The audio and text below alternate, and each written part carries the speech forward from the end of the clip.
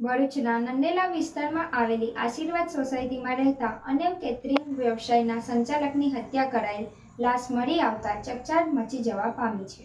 ભરૂચના નંદેલાવની આશીર્વાદ સોસાયટીના B13માં રહેતા પ્રકાશ માલીની હત્યા કરાયેલી લાશ મળી આવી છે. મૂળ રાજસ્થાનના વતની પ્રકાશ માલી શ્રી રામદેવ પીર કેટરર્સ નામની કેટરિંગનો વ્યવસાય ચલાવતા હતા. હત્યારાઓએ તેમના હાથ પગ બાંધીને નિર્દય રીતે હત્યા કરી નાખી હતી. ઘટનાની જાણ થતાં જ DYSP CK Patel, LCB SOG તેમજ A ડિવિઝન પોલીસનો કાફલો ઘટના સ્થળે પહોંચી ગયો હતો. પોલીસે મૃતદેહનો કબજો લઈને પોસ્ટમોર્ટમ માટે રવાના કરી હત્યારાઓનું પગેરું મેળવવાના પ્રયાસો હાથ ધર્યા છે.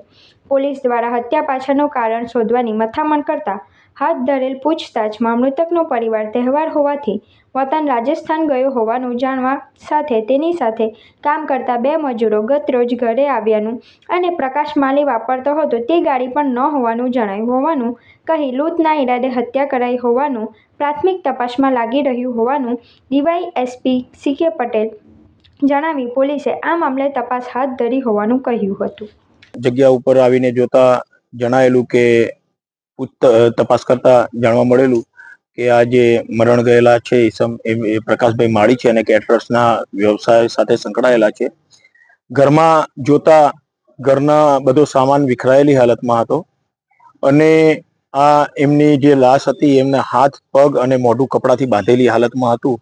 પ્રથમ દ્રષ્ટિએ લૂંટ કરવાના ઈરાદે આનું મોત નિપજાવેલું હોવાની હકીકત જણાતા તાત્કાલિક ભરૂચ શહેરની LCB અને SOGની પોલીસ ટીમને પણ જાણ કરવામાં આવતા તમામ એજન્સી LCB અને SOGના પોલીસ અધિકારી આવી ગયેલા સ્થળ ઉપર અને સ્થાનિક પોલીસ સ્ટેશન અને પોલીસ દ્વારા તપાસ આજુબાજુમાં પૂછપરછ કરતા જાણવા મળેલું કે આ પ્રકાશભાઈ માળી છે કેટરર્સનો વ્યવસાય કરતા હતા અને એમનો પરિવાર હમણાં છેલ્લા 4 દિવસથી રાજસ્થાન એમનું જે વતન છે સિયોરી જિલ્લામાં ગામ આવેલું છે ત્યાં તહેવારના અનુસંધાને ગયેલો હતો.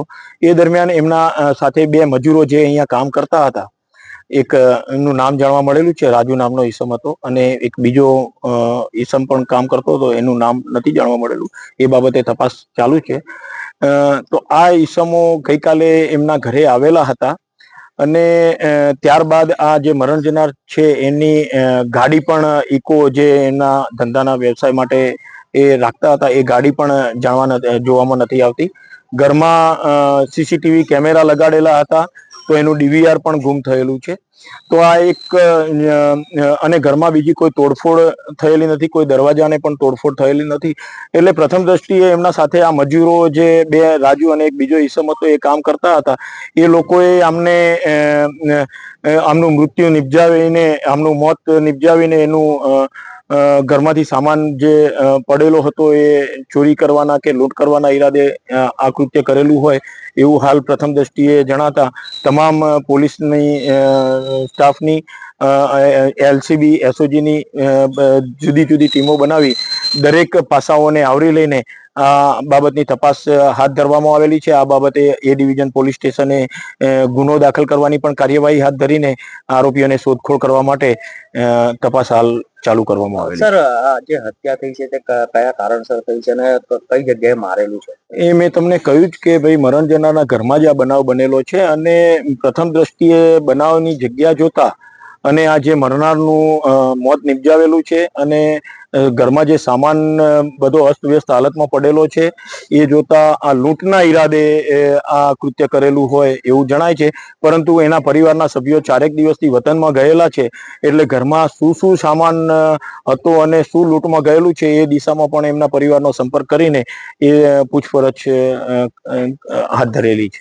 દીદી ચાલો ને આપણે જઈએ. બધા ચણેશ્વરી બહુ ફિટ પડે છે. પાછા પેટ જાડી થઈ ગયા શું? ચાલ આ બધી વસ્તુનું પરમેનન્ટ સોલ્યુશન આપો. સાચી દીદી?